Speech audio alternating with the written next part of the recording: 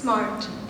There are peaks in our high school lives when we've been obsessed with that word, either to please the parents, to be better than some other student, to go to Ivy Leagues, to be first in class, and the intention may be different, but the aim has always been to seem smart. And I'll explain why I have a problem with this. But first off, I'll start off with a weird/dark story. This little boy, a 5th grader, came up to a little girl, looked her dead in the eyes, and said, quite spitefully, "Why are you so smart?" She was a rather introverted soul who was a bit confused by this hostility and said, "I'm not really, but why?" And he goes, "I would like to have your brains extracted for the case you die, so I could use them." So this is about that slightly shaken 11-year-old girl who felt, and for every other young boy and girl out there who feels like their smartness goes unseen. That girl was me, and after many weird instances like the one I explained, I decided to form a short guidebook of what I'd like to call all kinds of smart and how to spot them. Of course, it would always grow, but from what I've observed so far, these are it. Now, I'd like to add a disclaimer that there are factors like passion, motivation, and hard work that create a spectrum situation on how easily these traits can be identified. But anyways, the 4 main types include the Enigma machines, the Sagemen, the Naki craftsmen, and finally, the V-callers. So first off, we have the Enigma machines.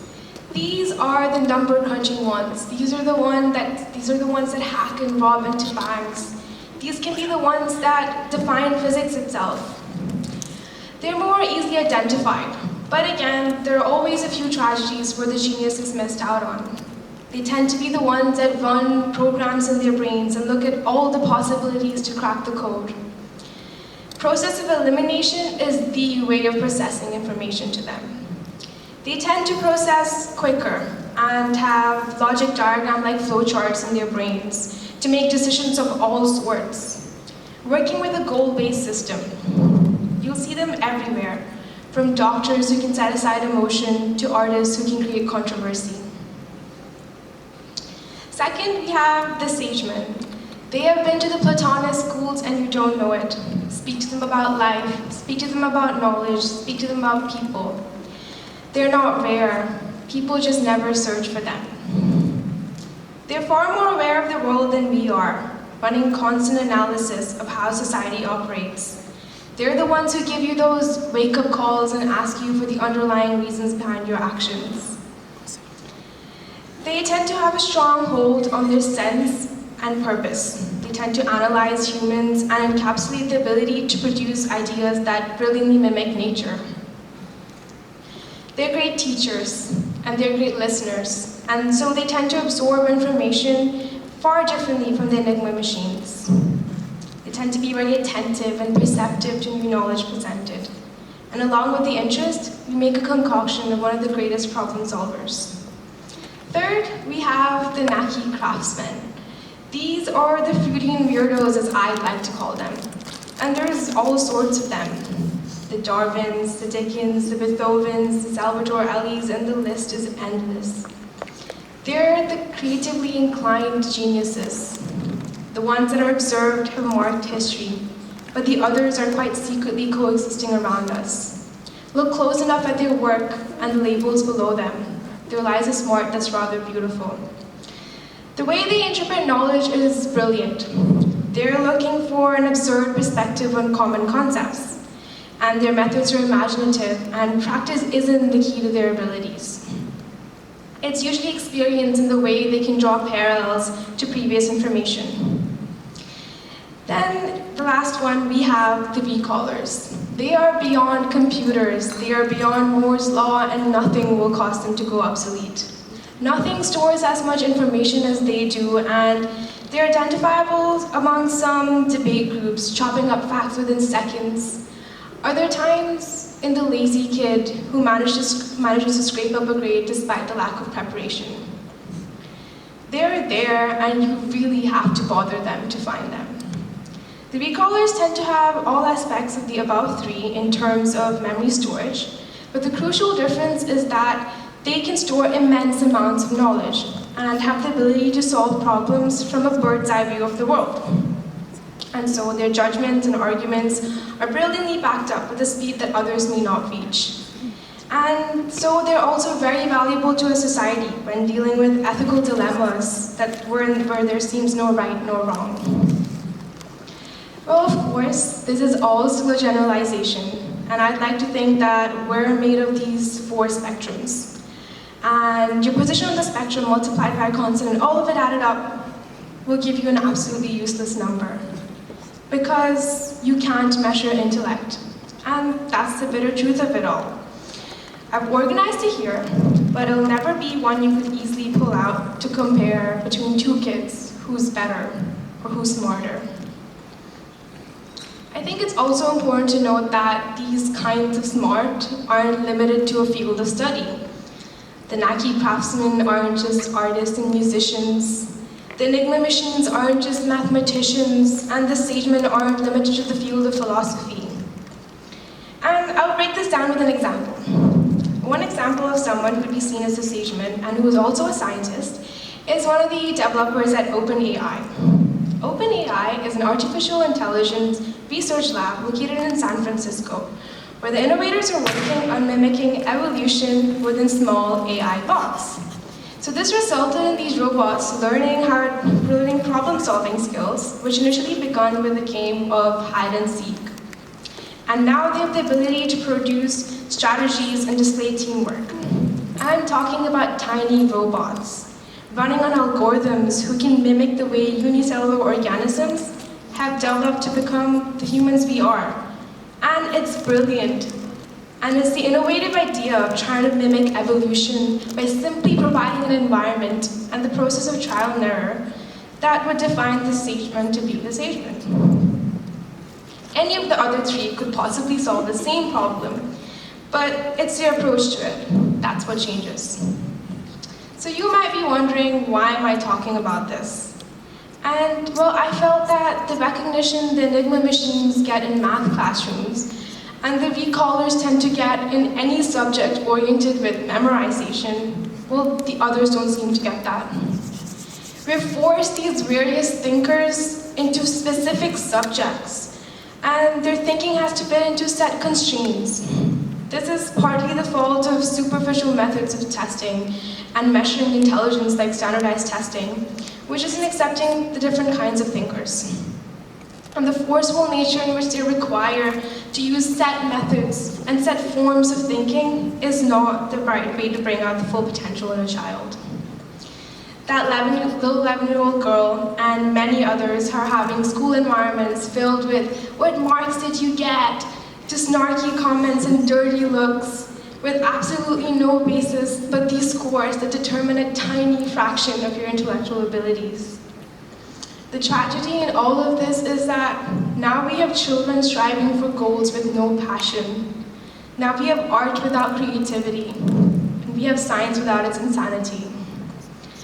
We need more mathematicians who discover and create for the love of math, because in the world of money and development, we forgot that the greatest of inventions were accidental, from Newton and his apple.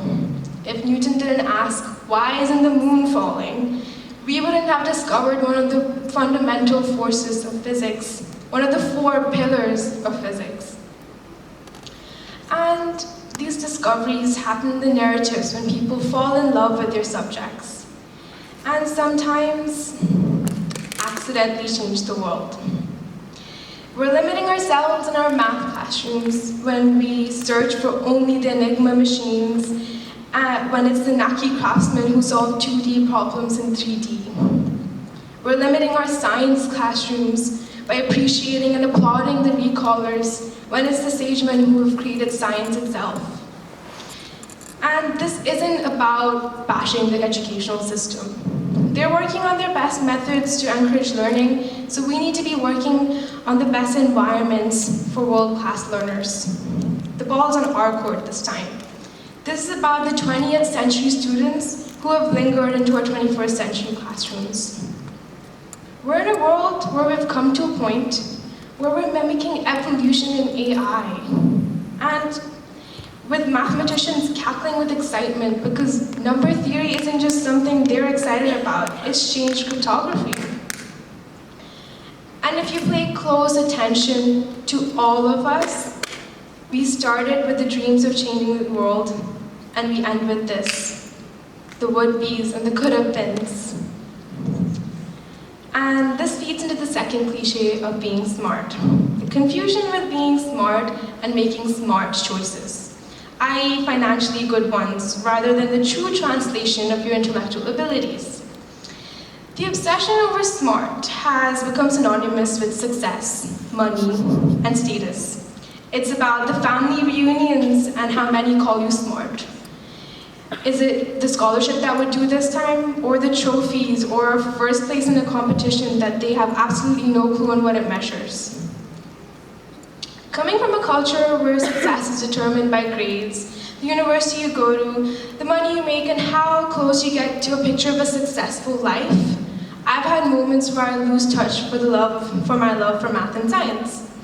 While striving to go to a great university for the opportunity to be immersed in an environment full of engineers who love how every single science comes together to solve problems, I forgot about my love for it. And I'll break it down. Due to the way that we're enforced to have milestones of exams and grades, my eureka moments when I saw the proof of a theorem, or the moments where I realized more and more that I love innovation, no longer appeared significant to me. This isn't just a me situation. I see this in every kid around me, and that's crazy. A school, or well, a curriculum that I've grown to love over the past years is World Scholars Cup. The brilliance in it is the use of standardized methods of testing while also ramping it up by judging all the crucial skills needed in a 21st century student, with a chance to focus on the learning and an appreciation of every single child based on their ability in each subject and each skill within it. They have a chance to fall in love with their subjects, and it never restricts them to narrow it down. They incorporate the trends and interests of the students that you've probably never heard of. Have you ever learned about the history of cheating? Well, that's a subject at World Scholars Cup. And it's no different to the history that you learn at school. It simply shines a different light to it. With no pressure from the individuals to encourage children to study, they choose what they love, and in turn, all of them fall in love. In fact, this happens numerous times at World Scholars. Of course, this is still not the perfect system, and I hope that one day we reach a point where we have a positive outlook to learning, rather than a fixation on smart and on these milestones of success that are common to millions of students. And most importantly, what we need is a chance to see the smart in every single child. One child who I've met who's inspired me, and I think you should know about, is this year 7 who I met yesterday. I won't reveal his name, but let's call him James. I decided to add him to my talk because I think he is someone that we should all look up to. He came up to me and he told me that he wants to change the world. So this was one of the most refreshing things I've heard all week. In fact, all month.